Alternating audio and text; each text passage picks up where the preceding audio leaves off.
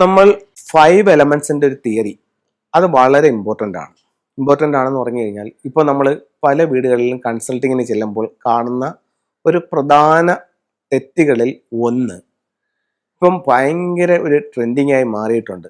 വീടുകളിൽ നമുക്ക് ചെടി, പ്ലാന്റുകൾ, അത് മുറ്റം മൊത്തം ചെടി, വീട്ടിനകത്ത് ചെടി, പിന്നെ കിച്ചണിൽ ചെടി, ഡൈനിങ് ഹാളിൽ ചെടി, എന്തിനു പറയുന്ന സ്റ്റെയർ കേസ്, ബെഡ്റൂമിൽ വരെ പ്ലാന്റുകൾ സൂക്ഷിക്കുന്നുണ്ട്. അപ്പോൾ ആൾക്കാർക്ക് പൊതുവായിട്ടൊരു ധാരണയുണ്ട്. ഇപ്പം snake plant, lucky bamboo, jade, money plant ഇതൊക്കെ നമുക്ക് വെൽത്ത് കൊണ്ട് തരും എന്നൊരു ധാരണ എല്ലാവർക്കും ഉണ്ട്.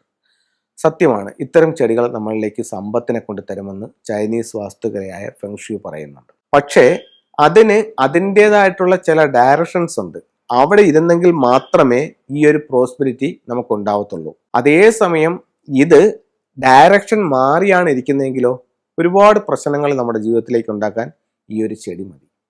ഉദാഹരണത്തിന് ബേസിക് ഫെങ്ഷു അനുസരിച്ചിട്ട് നമുക്ക് ഈസ്റ്റും സൗത്ത് ഈസ്റ്റും നമുക്ക് പ്ലാന്റ് വെക്കാം. കാരണം ഈ രണ്ട് സ്ഥലങ്ങളിലും നമുക്ക് വുഡ് എലമെന്റ് ഉള്ളതാണ്. മൂന്നാമതൊരു സ്ഥലം പറയുകയാണെങ്കിൽ സൗത്തിലും വെക്കാം. എന്തുകൊണ്ടെന്നാൽ സൗത്തിലെ എലമെന്റ് ഫയർ എലമെന്റ് ആണ്. ഈ ഫയർ എലമെന്റിനെ സപ്പോർട്ട് ചെയ്യുന്ന എലമെന്റ് എന്ന് പറയുന്നത് വുഡ് എലമെന്റ് ആണ്. അപ്പം ഈസ്റ്റ്, സൗത്ത് ഈസ്റ്റ്, സൗത്ത് ഈ 3 ഭാഗങ്ങളിൽ ബേസിക് ഫെങ്ഷു അനുസരിച്ചിട്ട് നമുക്ക് പ്ലാന്റുകൾ വെക്കാം. അതേസമയം നമ്മൾ ഈ പ്ലാന്റ് കൊണ്ടുപോയി നോർത്തിൽ വെക്കുന്നു എന്ന് കരുതുക. അങ്ങനെയാണെങ്കിൽ നോർത്തിലെ എലമെന്റ് എന്താണ്? വാട്ടർ എലമെന്റ് ആണ്. അപ്പോൾ ഈ പ്ലാന്റ് അവിടെ ചെല്ലുമ്പോൾ സ്വാഭാവികമായി എന്താ സംഭവിക്കുന്നത്? ഈ പ്ലാന്റ് വളരാനായിട്ട് വാട്ടർ വേണം. അപ്പോൾ ഈ വാട്ടറിനെ വലിച്ചെടുത്ത് പ്ലാന്റ് വളരും. വാട്ടറിനെ വലിച്ചെടുക്കുമ്പോൾ വാട്ടറിന് എന്ത് സംഭവിക്കും? സ്വാഭാവികമായും വാട്ടർ എലമെന്റ് വീക്കാവും. വാട്ടർ എലമെന്റ് വീക്കായാൽ ലൈഫിൽ എന്ത് സംഭവിക്കും? തൊഴിൽ തടസ്സം ഉണ്ടാവും, തൊഴിൽ പോവും. അതല്ലെങ്കിൽ തൊഴിൽ അന്വേഷിച്ചുകൊണ്ടേയിരിക്കും, പക്ഷെ കിട്ടത്തില്ല.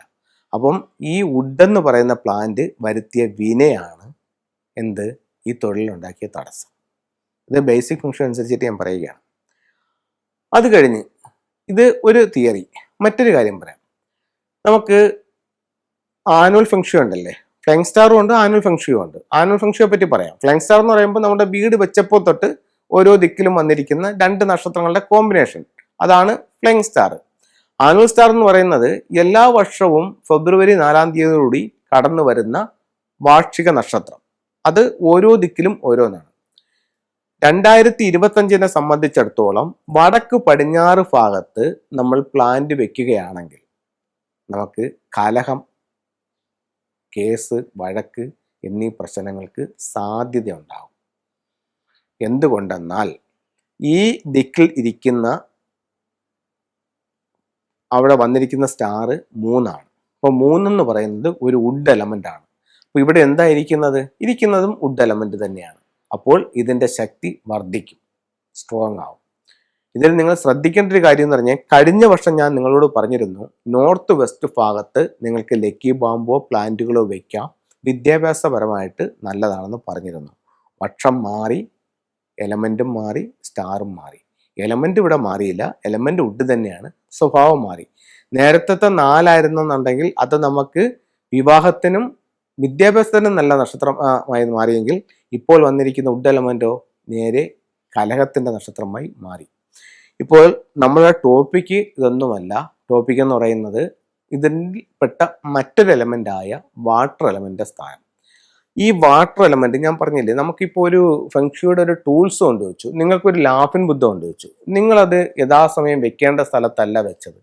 നിങ്ങൾക്ക് റിസൾട്ട് ഒരു പക്ഷേ കിട്ടിയില്ല എന്നിരിക്കും, പക്ഷേ റോങ് ആയിട്ടൊന്നും സംഭവിക്കില്ല. അതേസമയം നിങ്ങൾക്കൊരു വിക്ടറി ഹോഴ്സ് കിട്ടി, അതും നിങ്ങൾ പ്രതീക്ഷിച്ച സ്ഥലത്തല്ല വെച്ചിരിക്കുന്നത്, വേറെ ദിക്ക് മാറിയാണ് ഇരിക്കുന്നത്, എന്നാലും ദോഷങ്ങളൊന്നും വരാനില്ല. അതേസമയം എലമെന്റിൽ അങ്ങനെയല്ല. എലമെന്റ് പെട്ടെന്ന് തന്നെ റിസൾട്ട് വരും, അത് പോസിറ്റീവ് ആയാലും നെഗറ്റീവ് ആയാലും. അപ്പോൾ പറഞ്ഞു വരുന്നത്, തെക്ക് വശത്തെ എലമെന്റ് എന്ന് പറയുന്നത് ഫയറാണ്. അപ്പോൾ ഒരുപാട് വീടുകളിൽ നമുക്ക് കൺസൾട്ട് ചെയ്തിട്ടുള്ളതും അല്ലാതായിട്ടുള്ള ഒരുപാട് വീടുകൾ നമുക്ക് അനുഭവിച്ച് അല്ലെങ്കിൽ നേരിട്ട് അറിയാവുന്ന കാര്യങ്ങളാണ്. ഒരു വീട്ടിലേക്ക് കടന്നു ചെന്നപ്പോൾ നല്ല അടിപൊളി ഒരു വീട്, അവർ നല്ല വീടെല്ലാം വെച്ചിട്ട് അവരുടെ വീടിൻ്റെ ലിവിങ് റൂമിൻ്റെ നോർത്തിൽ ഒരു 6 അടി വീതി, പിന്നെ 6 അടി നീളത്തിൽ, ഒരു 4 അടി 3 അടി ഹൈറ്റിൽ ഒരു അക്വേറിയം പണിഞ്ഞു വെച്ചു. എന്നിട്ട് അതിനകത്ത് കുറച്ച് മീനുകൾ വിട്ടിട്ടുണ്ട്. കാണാൻ നല്ല ഭംഗിയുണ്ട്.